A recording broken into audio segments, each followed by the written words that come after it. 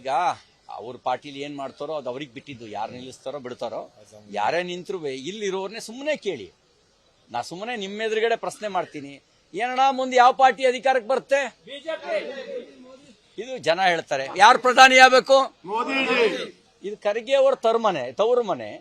ಇಲ್ಲಿ ಹೇಳ್ತಾರೆ ಜನ ಮೋದಿ ಪ್ರಧಾನಿ ಆಗಬೇಕು ಅಂತ. ಇದು ವಾತಾವರಣ,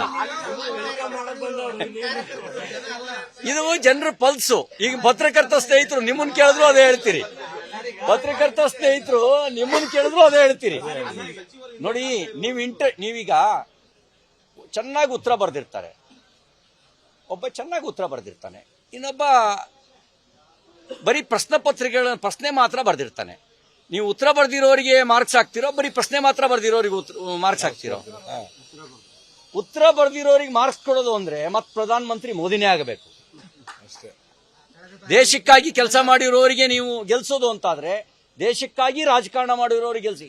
ಈಗ ಜಾತಿಗಾಗಿ ರಾಜಕಾರಣ ಮಾಡಿದವರಿದ್ದಾರೆ, ಅಧಿಕಾರಕ್ಕಾಗಿ ರಾಜಕಾರಣ ಮಾಡಿದವರಿದ್ದಾರೆ, ಕುಟುಂಬಕ್ಕಾಗಿ ರಾಜಕಾರಣ ಮಾಡಿದವರಿದ್ದಾರೆ.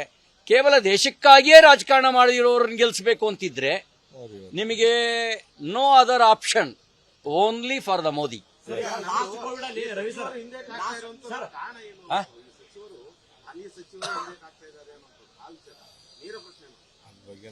ಈಗ ಯಾರು ನಿಂತರೂ ಮೋದಿ ಮುಂದೆ ನಡೆಯಲ್ಲ, ಬಿಜೆಪಿ ಮುಂದೆ ನಡೆಯಲ್ಲ ಅಂತ ಗೊತ್ತು. ಅದಕ್ಕೆ ಸುಮ್ಮನೆ ಯಾರಿಗೂ ಹೇಳ್ಬೇಡಿ.